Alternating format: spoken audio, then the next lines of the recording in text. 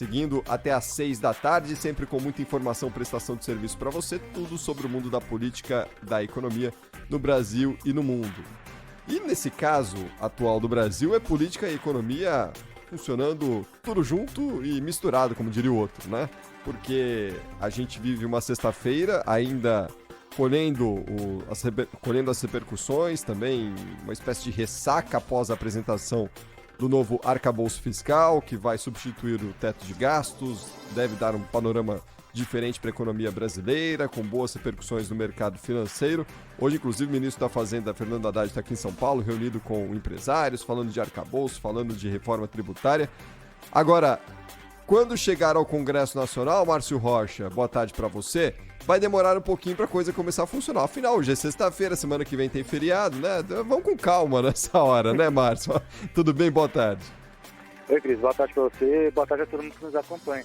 Pois é, essa é a expectativa, Cris, porque a gente aqui em Brasília, a gente conhece, né, que há algumas épocas do ano que o trabalho no Congresso fica um pouco mais leve, vamos dizer assim. E a gente está no meio de um desses, né, porque a gente tem na semana que vem a feriado de Semana Santa, então a expectativa é que a gente não tenha votações importantes no Congresso Nacional. Então, o ministro da Fazenda, Fernando Haddad, que está aí em São Paulo, disse ontem aqui em Brasília que a expectativa é que o texto seja enviado para o Congresso Nacional só depois do feriado de Páscoa, apesar de que ele continua aí conversando, né, ele está em São Paulo conversando com diversos setores da economia, mas a expectativa mesmo é que tudo se resolva mesmo, seja enviado lá para daqui a umas 2 semanas mais ou menos. E aí, a gente tem que lembrar que a tramitação dentro do Congresso também é um pouco mais complicada. Isso porque o governo manda o projeto, ele é analisado pelas comissões da Câmara dos Deputados, depois da Câmara dos Deputados, das comissões, ele tem que ser aprovado nessas comissões, inclusive na Comissão de Constituição e Justiça, e para o plenário.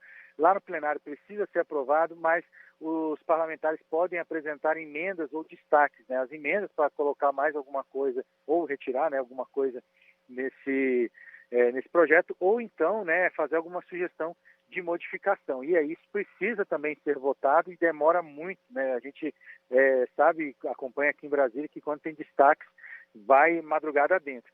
E isso aí a gente sabe que vai demorar um pouquinho e o governo tem muita pressa, porque a gente lembra que por causa dos prazos, né, o governo precisa enviar a Lei de Diretrizes Orçamentárias do ano que vem até o dia 15 de abril. Então, a expectativa do governo, o governo queria que esse texto já fosse encaminhado para o Congresso sob as novas regras, né, que foram apresentadas pelo ministro Fernando Haddad nessa quinta-feira aqui em Brasília. E aí, por isso que corre quanto tempo, o ministro continua trabalhando, conversando, ouvindo vários setores para ver se chega no texto final para ser enviado para o Congresso Nacional, principalmente os detalhes, né, principalmente na letra miúda.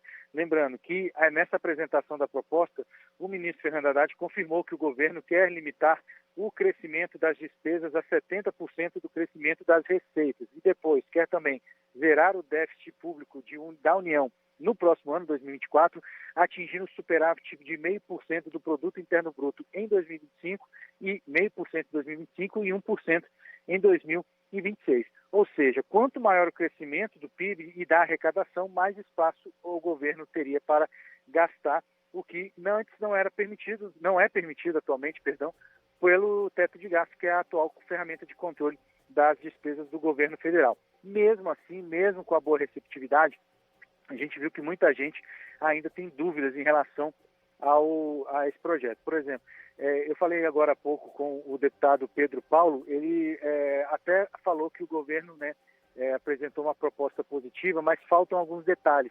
Um dos detalhes que ele falou, por exemplo, é como é que fica a responsabilização se o governo não atingir as metas que eu falei, por exemplo, de 1% do PIB, de 0,5% do PIB para os próximos anos. Se não atingir, vai ter alguma responsabilização? Essa é uma dúvida que cai agora nos parlamentares. E isso precisa ser negociado com eles a partir do momento que o projeto for enviado para o Congresso Nacional.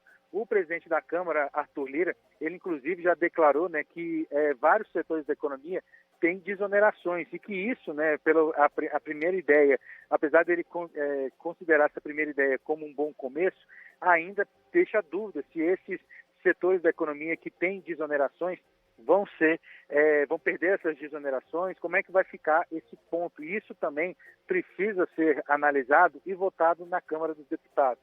Conversei aqui mais cedo com um professor de economia aqui de Brasília, o Fernando Dantas, e ele me lembrou também que, como a Receita, né, as novas regras fiscais, está ancorado, né, o aumento da despesa com o aumento de receita, não está muito claro esse ponto, e isso pode gerar, inclusive, um aumento da tributação, porque justamente para aumentar a receita é mais fácil você aumentar a tributação do que aumentar a atividade econômica, né, mais rápido, inclusive. Então, esses são pontos que os parlamentares aqui em Brasília também discutem e que isso leva tempo para ser discutido, para ser resolvido também dentro do Congresso Nacional. E ainda, para a gente terminar, ainda tem mais um detalhe. Depois que tudo isso acontece na Câmara, o projeto tem que ser enviado para o Senado, passa pelas comissões do Senado, passa pelo plenário do Senado e aí é votado. Se, por exemplo, o Senado aprovar alguma mudança em relação ao texto da Câmara, ele volta para a Câmara tem que votar novamente. E isso tem muito tempo até chegar na sanção do presidente Luiz Inácio Lula da Silva. E aí a gente fica na expectativa para saber se tudo isso vai acontecer de forma rápida, de forma séria, né? Porque o governo tem pressa em relação a isso, ou se a gente vai ver mais discussão política. Estava falando até mais cedo com a nossa companheira Ana Paula aí, porque é o seguinte, né, o Arthur Lira ainda está travando aquela questão das medidas provisórias. Será que não pode usar como moeda de troca para aprovar o novo arcabouço fiscal, também aprovar uma nova tramitação das medidas provisórias? Tudo isso vai ser respondido nos próximos dias. Com certeza, com certeza. Mas a gente vai ter que esperar o coelhinho antes, Márcio. Então, contenha a sua ansiedade, saia de folga no fim de semana, descanse, segunda-feira tem mais, tá bom? Eu até sairia se eu tivesse de folga, né? Mas a gente faz plantão, então a gente se encontra aí no final de semana. Somos dois, estaremos juntos no plantãozão, Márcio. Um abraço pra você, até segunda. Um abraço, pessoal. Tchau, tchau. Valeu.